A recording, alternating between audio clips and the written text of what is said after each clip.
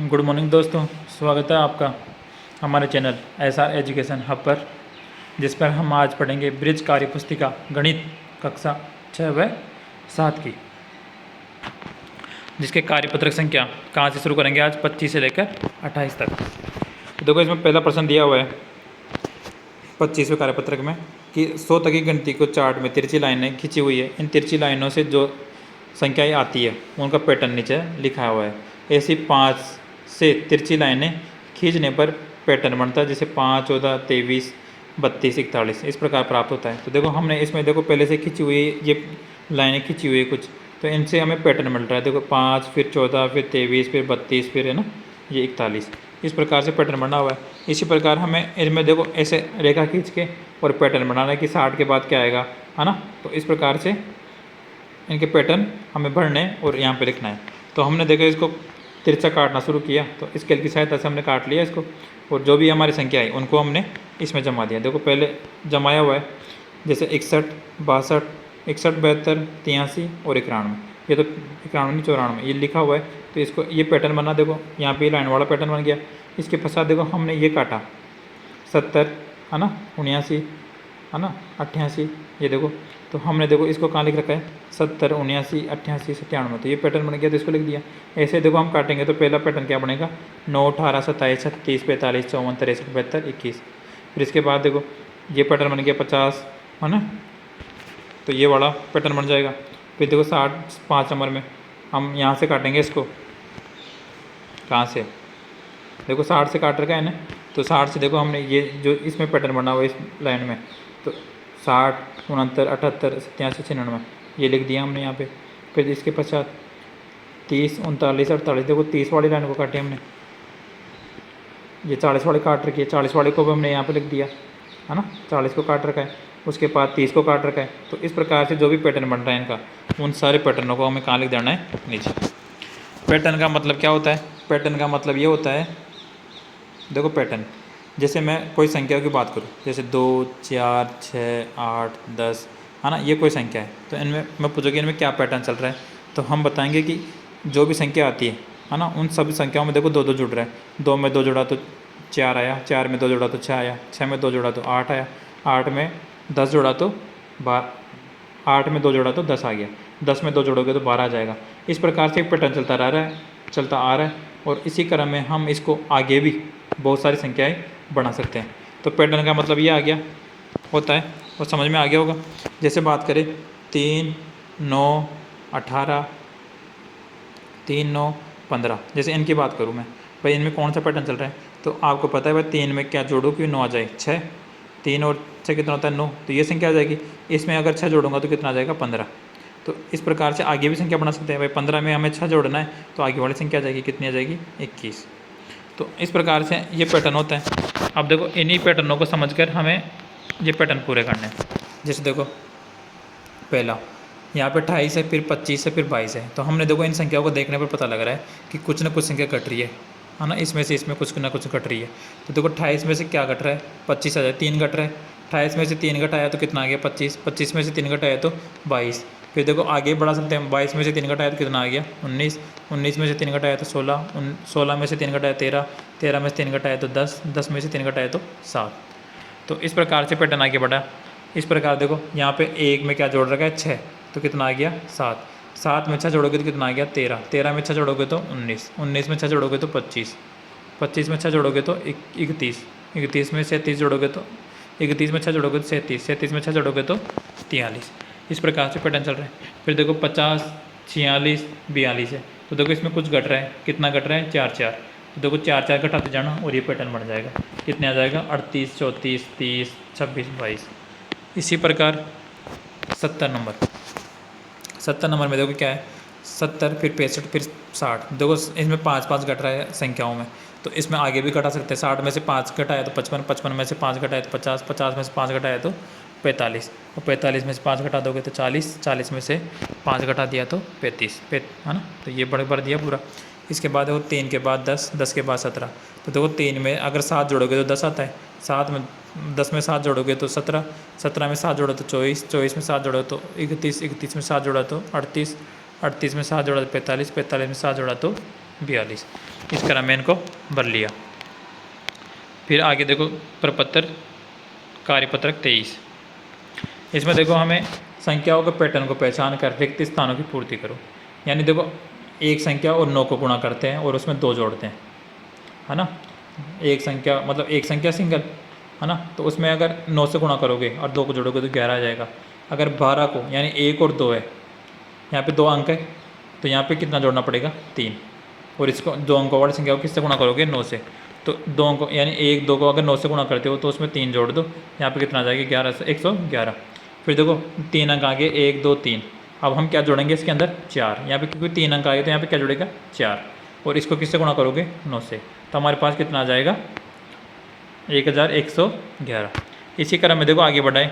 जैसे मैं बोलूँ कि ये कब आएगा, तो देखो यहाँ पे कितने एक है 1 2 3 6 अंक है ना। 6 अंक कब आएंगे जब 5 तक की गिनती होगी। देखो यहाँ पे 3 अंक कब आए जब दो अंक है, यहाँ पे 2 अंक कब आए जब यहाँ पे 1 अंक है, यहाँ पे 4 अंक कब आए जब यहाँ पे 3 अंक है। तो यहाँ पे देखो 6 अंक है, 6 अंक कब आएंगे जब इधर 5 अंक होंगे, यानी 1 2 3 4 5 होंगे और ये चीज़ 9 से गुणा होगी, है ना। तो अगर 5 अंक है तो फिर हम क्या जोड़ेंगे इसमें 6। 5 अंक है तो 6 जोड़ने वाली संख्या तो 1 बटा क्या होती है ना, और 6 अंकों वाली संख्या में मिलती है। तो हमने इस पैटर्न को पढ़ाया तो ये मिल गया हमें। ठीक इसी प्रकार देखो इस पैटर्न को आगे बढ़ाए। जैसे हमने यहाँ पे 6 तक संख्या ले ली और इसको 9 से गुणा कर दिया। अब 6 तक संख्या ले ली तो जोड़ेंगे क्या 7, तो हमें ये मिल जाएगा 7 संख्या वाली, है ना। फिर देखो यहाँ पे 7 तक की संख्या ले ली तो इसमें जोड़ेंगे क्या 8, इसको 9 से गुणा कर दिया तो हमें क्या मिल जाएगा ये 8 अंकों की संख्या। फिर देखो दूसरे में क्या कर रखा है, पैटर्न को समझना है कि क्या भरा हुआ है। देखो 2 को और 4 को जोड़ते हो तो कितना आता है 6, है ना। 5 को और 8 को जोड़ते हो तो कितना आता है 13। अब इस बॉक्स में क्या आएगा बताओ, तो इन दोनों यानी इसके नीचे वाली संख्या को जोड़ के लिख दो ऊपर वाले बॉक्स में। तो देखो 4 और 5 को जोड़ा तो कितना आ गया 9। फिर देखो इसके इन दोनों के ऊपर बॉक्स बना हुआ ये खाली, है ना, ये खाली है। तो इनको देखो 6 को और 9 को हम जोड़ेंगे तो बताओ कितना आएगा, 6 और 9 कितना होता है, बताओ 6 और 9 कितना हुआ, अरे जल्दी बताओ कितना आ गया 15। ठीक है होशियार हो तुम तो। फिर देखो 9 और 13 इन दोनों को जोड़ के यहाँ लिख दिया कितना आ गया 23। फिर देखो इन दोनों के ऊपर भी बॉक्स बना हुआ है तो इन दो को जोड़ के लिख देंगे तो कितना आ जाएगा 48। फिर इसी क्रम में देखो 3 नंबर इसका तीसरा, इसमें देखो क्या कर रखा है, पैटर्न को समझो भाई। यहाँ पे 20 कैसे आए, इन दोनों के बॉक्स के ऊपर 20 बना हुआ है तो ये कैसे आया होगा, तो भाई 5 को 4 से गुणा करते हैं जब कितना आता है 20, है ना। और 6 को 3 से 4 को 6 से गुणा करते हैं तो कितना आता है 24। फिर ये खाली बॉक्स है तो देखो इसके नीचे वाली संख्या को गुणा करके लिख दो ऊपर वाली संख्या में तो कितना आ गया 6 या 18। ठीक है फिर इसी क्रम में ऊपर वालों को भरेंगे भाई, इन दोनों को गुणा करके यहाँ लिख देंगे, इन दोनों को गुणा करके यहाँ लिख देंगे। तो यहाँ देखो 432 ये आ गया। फिर इनके ऊपर इन दोनों को गुणा करके लिखेंगे इसके इस प्रकार से यहाँ पे क्या आ गया ये ऊपर लिखी हुई संख्या ऐसे कैसे भर देंगे। ठीक है तो हमें पैटर्न समझना होता है, चित्र को देख के पता लग जाएगा कि इसमें क्या हो रहा है, जुड़ रहा है, गुणा हो रहा है, बाकी हो रहा है, क्या हो रहा है। फिर इसी प्रकार खाली संख्याओं में पैटर्न देखकर सही संख्या भरो।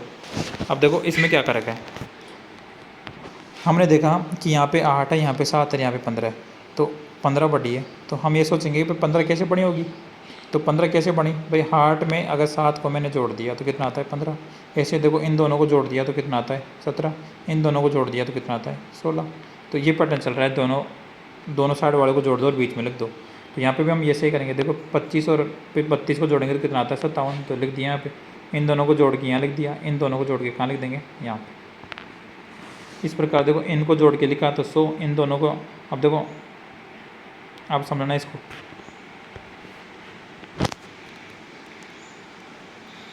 यहाँ पे देखो यहाँ पे 50 लिखा हुआ है और यहाँ पे 89 लिखा हुआ है ना। तो मुझे इनको इस प्रकार से लिखना है कि यहाँ पे जो संख्या लिखूँगा ना और यहाँ पे जो संख्या लिखूँगा उन दोनों का योग कितना होना चाहिए, ये 89 होना चाहिए। तो हमने देखा भाई 89 50 को और 39 को जोड़ने पर कितना आता है 89। फिर इन दोनों को देखो पहले से 50 लिखा हुआ, 50 और 50 को जोड़ने पर कितना आता है 100, और ये पहले से 50 और 39 को जोड़ने पर कितना आता है 89। तो इस प्रकार से इनको जोड़ दिया।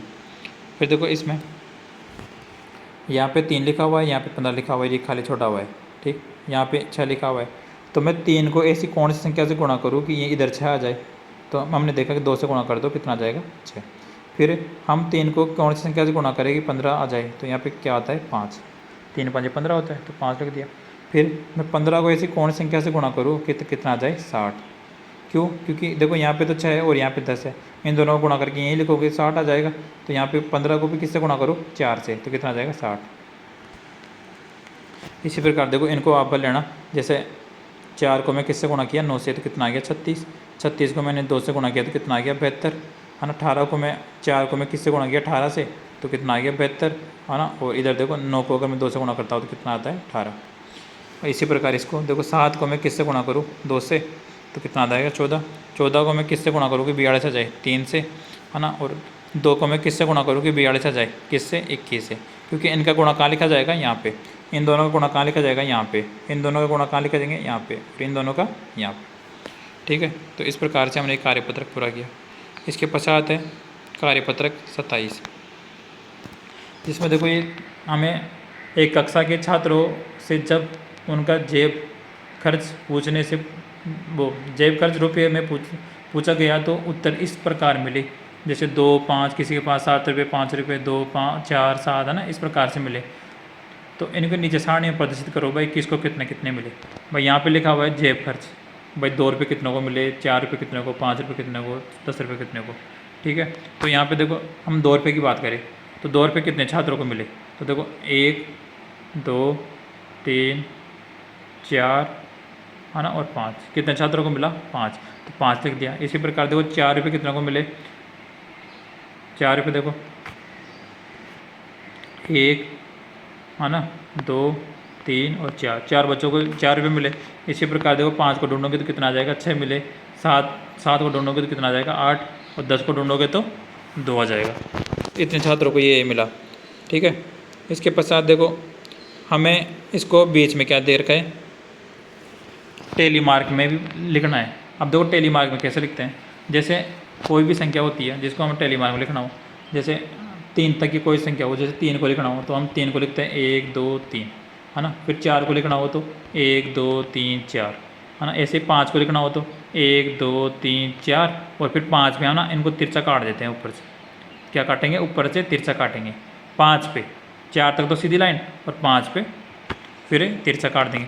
फिर ऐसे मैं बात करूँ 9 की, कि 9 को कैसे लिखेंगे, तो देखो 1 2 3 4 और ये 5, फिर 6 7 8 9, ये 9 हो गया। फिर अगर 10 की बात करूँ मैं तो देखो 1 2 3 4 और 5 पे काट दिया, फिर 6 7 8 9 और 10 पे क्या करेंगे हम इनको तिरछी काट देंगे, ये नहीं होगा। ठीक है, तो इस प्रकार से हम टेली मार्क लिखते हैं। तो देखो यहाँ पे 5 को लिखना है, किसको लिखेंगे 5 को, तो देखो 1 2 3 4 5, 4 को लिखना है तो 1 2 3 4, है ना। 6 को लिखना हो तो 1 2 3 4 5 और ये 6, है ना। और 8 को लिखना हो तो 8 को कैसे लिखेंगे 1 2 3 4 5 6 7 8, तो ये टेली मार्क संख्या इस प्रकार से लिखते हैं। ठीक है, अब इनको पढ़कर देखो आंसर भी देना है। 5 रुपये जेब खर्च वाले छात्रों की संख्या कितनी है, भाई 5 रुपये जेब खर्च, 5 रुपये जेब खर्च, देखो 5 रुपये रहे, जेब खर्च कितने छात्रों की संख्या है 6 की, तो 6 लिख दिया। 10 रुपये खर्च करने वालों छात्रों की संख्या 10 रुपये वाले कितनी है 2, तो 2 लिख दिया, है ना। कक्षा में कुल कितने छात्र है, तो कक्षा में कुल कितने छात्र है, तो देखो हमने देखा ये पूरे छात्र है यहाँ पे, है ना। तो इनको जोड़ के हमने लिख दिया कितना आ गया 25, इनको जोड़ के क्या लिखेंगे 25। इसके पश्चात ये देखो 2 नंबर, इसमें दिए गए छात्रों को प्रथम टेस्ट में इतने इतने नंबर मिले, ये नंबर मिले, तो इनको देखो हमें अंक दिए हुए हैं यहाँ पे भाई 2 नंबर 3 नंबर 4 नंबर 5 नंबर कितने बच्चों को मिले, है ना। और वहाँ पे छात्रों की संख्या लिख रखी है भाई 4 बच्चों को तो 2 नंबर मिले, 5 को कितना मिला 3, 3 को कितना मिला 4, और 2 को कितना मिला 5। अब इनको टेली मार्क में लिखना है, तो देखो 4 को लिखना बताया भाई 1 2 3 4, 5 को कैसे लिखेंगे 1 2 3 4 5, 3 को 1 2 3 और 2 को 1 2, इस प्रकार से टेली मार्क में भर दिया हमने यहाँ पे बीचों बीच में। अब देखो इसके प्रश्न में दिए हुए, पहला प्रश्न, सबसे ज़्यादा छात्रों के प्राप्तांक क्या है, तो सबसे ज़्यादा छात्रों के प्राप्तांक कितने बताओ, 5 है सबसे ज़्यादा, है ना, 5 है, तो सबसे ज़्यादा छात्र प्राप्तांक कितने हैं 5। फिर 2 अंक प्राप्त करने वाले छात्रों की संख्या कितनी है, भाई 2 अंक किस क्या है, देखो अंक ये रहे, तो 2 अंक कितनों को मिले 4 को, तो हमने 4 लिख दिया। फिर 4 या 4 से अधिक अंक लाने वाले छात्रों की संख्या बताओ, तो देखो 4 और 4 से अधिक है 5, तो कितने छात्र है 3 और 2 5, हमने यहाँ पे क्या लिख दिया 5। इसके पश्चात कार्यपत्रक 28। देखो इसमें हमें ग्राफ बनाना है। क्या बनाना है? ग्राफ। तो ग्राफ बनाने का सिंपल सा तरीका है, जो अभी हमें सारणी दी हुई है इसमें हमें ये देखो यहाँ पे वाहन दिया हुआ है और यहाँ पे संख्या दी हुई है भाई इतनी। तो मोटरसाइकिल है 14, तो है ना। स्कूटर कितने? 8। कार कितनी है? 4। जीप कितने हैं? 2। साइकिल कितनी होती है? 10, है ना। तो हमें ग्राफ बनाने का सिंपल सा तरीका क्या होता है? देखो इधर नीचे लिखा है motorcycle, scooter, car, jeep, cycle, और इधर इनकी संख्या लिखी हुई है कौन कितनी कितनी संख्या में है। ठीक है। इसमें इस अक्ष को बोलते हैं एक्स अक्ष, और जो ऊपर वाला अक्ष होता है इसको बोलते हैं वाई अक्ष। ठीक। पर ये आप 8वीं क्लास में पढ़ोगे तो वहाँ पे अच्छे से इनको देखेंगे। अभी हमें सिर्फ ये सिंपल सा ग्राफ बनाना है। तो देखो मोटरसाइकिल कितनी है? 14 तक। 14 कितनी है? 14। तो देखो इस ग्राफ को पहले से 14 तक भरा हुआ है। यहाँ से देखो इसमें ये मोटरसाइकिल है सामने वाला, पूरा कहाँ तक भरा हुआ है? 14 तक। तो हम 14 तक गए और इसको भर दिया। इसी प्रकार स्कूटर की बात करें तो ये कितने? 8। तो हम देखो 8 ये रहा, तो 8 यहाँ तक भर दिया इसको। फिर कार 4 है, तो देखो 4 तक भर दिया। फिर जीप कितनी है? 2, तो 2 तक भर दिया। और साइकिल कितनी है? 10, तो 10 तक इसको कंप्लीट कर दिया। तो इस प्रकार से इस ग्राफ को बनाना है आपको। ठीक। फिर इसमें देखो नीचे प्रश्न भी दिए हुए हैं। सबसे अधिक संख्या में किस वाहन की है? सबसे अधिक संख्या किस वाहन की है? तो हम देखो सबसे बड़ा ग्राफ किसका है? मोटरसाइकिल का। तो सबसे ज़्यादा भी कौन होगी? मोटरसाइकिल। तो मोटरसाइकिल का है। फिर 4 पहिए वाले वाहनों की कुल संख्या कितनी है? तो देखो 4 पहिए वाले कौन कौन से होते हैं? हम जानते हैं। देखो मोटरसाइकिल में 2 पहिए होते हैं, स्कूटर में भी 2 होते हैं, है ना। कार में 4 होते हैं, जीप में भी 4 होते हैं, और साइकिल में कितने होते हैं? 2। तो इन दोनों के जितने बराबर होंगे तो 4 और 2 कितना हो गए? 6। यानी 4 पहिए वाले कितने साधन हमारे पास? 6। तो इस प्रकार से हमने कार्यपत्रक संख्या कौन से कर लिया? 28। इसके बाद देखो प्रारंभिक मूल्यांकन है, बेसलाइन असाइनमेंट, है ना। तो इसको इसका टेस्ट आपने 10 तारीख को दे दिया होगा, 10 अगस्त को, है ना। 10 अगस्त को हो गया होगा। तो उसी के आधार पर, और अगर किसी ने नहीं दिया हो, बाई चांस किसी ने नहीं दिया हो, जहाँ तक है सबका कंप्लीट हो गया। अगर किसी ने नहीं दिया हो तो आपने जो अब तक पढ़ा है ना उसके आधार पर आप इसको कंप्लीट कर सकते हो। ठीक। धन्यवाद। और इनको साफ साफ सुंदर राइटिंग से आपको क्या करना है? लिखना है। धन्यवाद।